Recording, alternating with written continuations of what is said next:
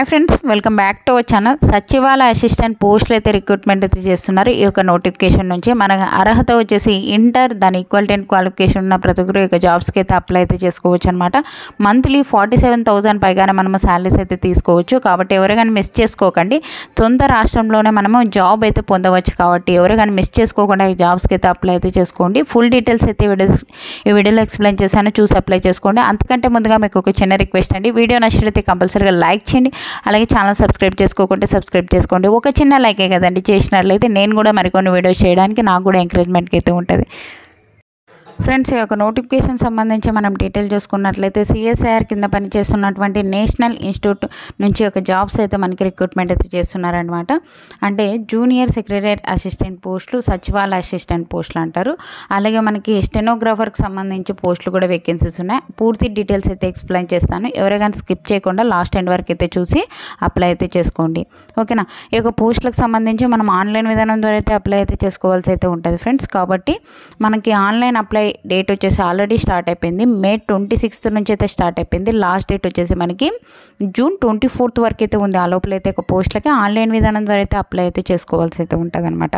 ఈ యొక్క పోస్టులకి ఎవరు అప్లై చేసుకోవచ్చు అంటే ఇండియన్ నేషనల్స్, అంటే ఇండియన్ సిటిజన్స్ అనేది ఇవ్వడం అయితే జరిగింది. కాబట్టి Indian citizens AP, Telangana, male or female ప్రతి ఒక్కరు అయితే అప్లై అయితే చేసుకోవచ్చు అనమాట.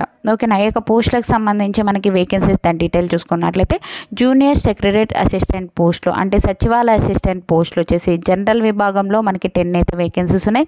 అలాగే ఫినాన్స్ అండ్ అకౌంట్స్ విభాగంలో 6, అలాగే స్టోర్స్ అండ్ పర్చేజ్ విభాగంలో మనకి ఇక్కడ వేకెన్సీస్ వచ్చేసి 3 అయితే వేకెన్సీస్ ఉన్నాయి.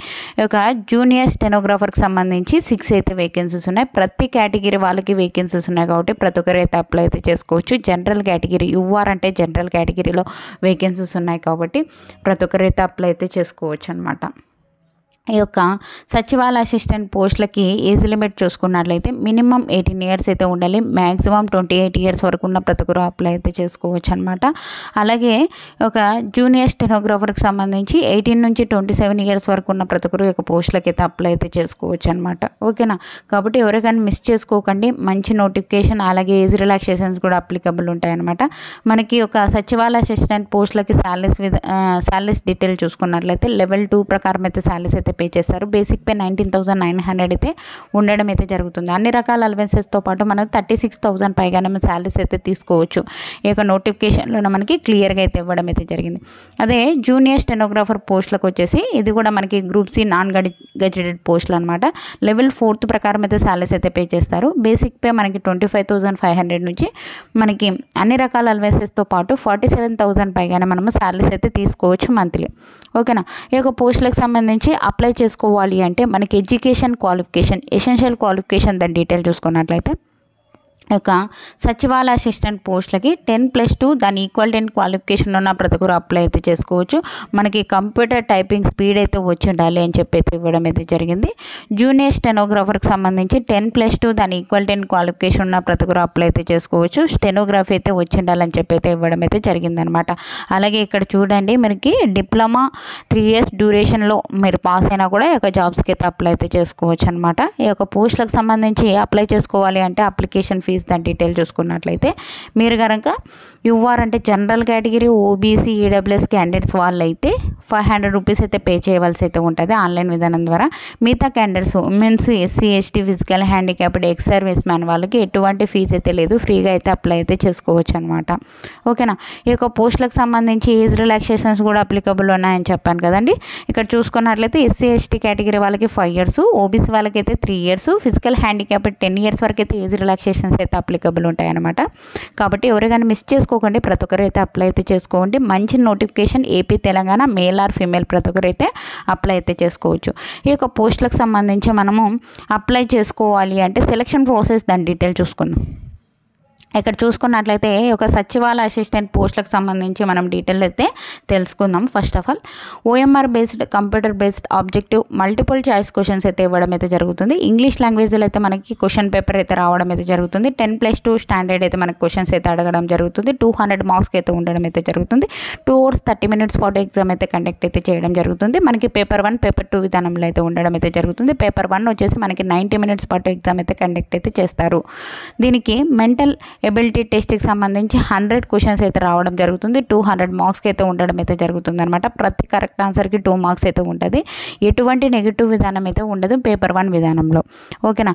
పేపర్ 2 విధానంలో అయితే మనకి నెగిటివ్ విధానం అయితే ఉంటుంది. కాబట్టి చూసి మాకు ఆన్సర్ అయితే చేయవలసి అయితే ఉంటుంది. పేపర్ 2కి సంబంధించి 1 అవర్ పాటు ఎగ్జామ్ అయితే కండక్ట్ చేస్తారు. జనరల్ అవేర్నెస్ నుంచి 50 క్వశ్చన్స్, ఇంగ్లీష్ లాంగ్వేజ్ నుంచి 50 క్వశ్చన్స్ అయితే రావడం జరుగుతుంది. 150 క్వశ్చన్స్ అయితే ఉండడం అయితే జరుగుతుంది. ప్రతి కరెక్ట్ ఆన్సర్కి 3 మార్క్స్ అయితే యాడ్ అయితే చేయడం జరుగుతుంది.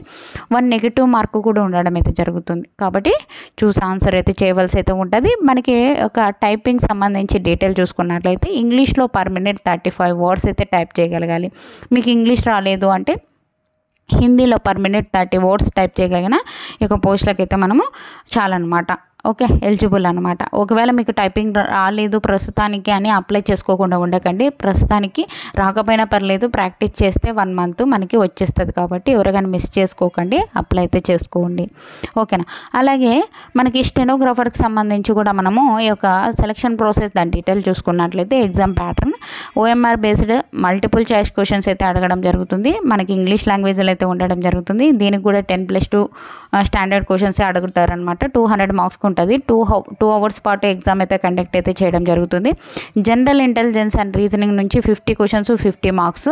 మనకి 0.25 నెగిటివ్ విధానం అయితే ఉండడం అయితే జరుగుతుంది. అలాగే మనకి ఒక జనరల్ అవేర్నెస్ నుంచి 50 questions 50 marks. English language and comprehension నుంచి మనకి 100 క్వశ్చన్స్ 100 మార్క్స్ అయితే ఉంటుంది. మనకి నెగిటివ్ విధానం అయితే ఉంటుంది. ప్రతి రాంగ్ ఆన్సర్కి 0.25 అంటే 1/4 అయితే నెగిటివ్ విధానం అయితే ఉండడం అయితే జరుగుతుంది అనమాట. అలాగే మనకి ఒక ప్రొఫిషియన్సీ టెస్ట్కి సంబంధించి స్టెనోగ్రాఫర్కి సంబంధించి మనకి టెస్ట్ అయితే కండక్ట్ చేసేసి మెరిట్ ద్వారా మనకి ఈ యొక్క జాబ్కి సంబంధించి సెలెక్ట్ అయితే చేయడం అయితే జరుగుతుంది అనమాట. ఆన్లైన్ విధానం ద్వారా అయితే అప్లై అయితే చేసుకోవాల్సి అయితే ఉంటుంది. అప్లై ఆన్లైన్ లింక్ కింద డిస్క్రిప్షన్లో లింక్ ఇస్తాను. అక్కడికి వెళ్ళి కానీ లేదంటే మెయిన్ వెబ్సైట్కి వెళ్ళి కానీ ఈ యొక్క పోస్టులకు అయితే అప్లై అయితే చేసుకోవచ్చు. అలాగే ఈ యొక్క పోస్టులకు సంబంధించి మనకి వాట్సాప్ ఛానల్, వాట్సాప్ గ్రూప్స్, అలాగే టెలిగ్రామ్ గ్రూప్స్ చాలా వరకు అయితే మనము కింద లింక్స్ అయితే డిస్క్రిప్షన్లో ఇచ్చాను. అందులో జాయిన్ అయినట్లయితే నేను చేసే ప్రతి ఒక్క వీడియో మీకు అయితే అందుతుంది అనమాట. వీడియో నచ్చినట్లయితే కంపల్సరీగా లైక్ చేసి ఛానల్ సపోర్ట్ చేయండి. Thank you friends. Thank you for watching. Have a nice day.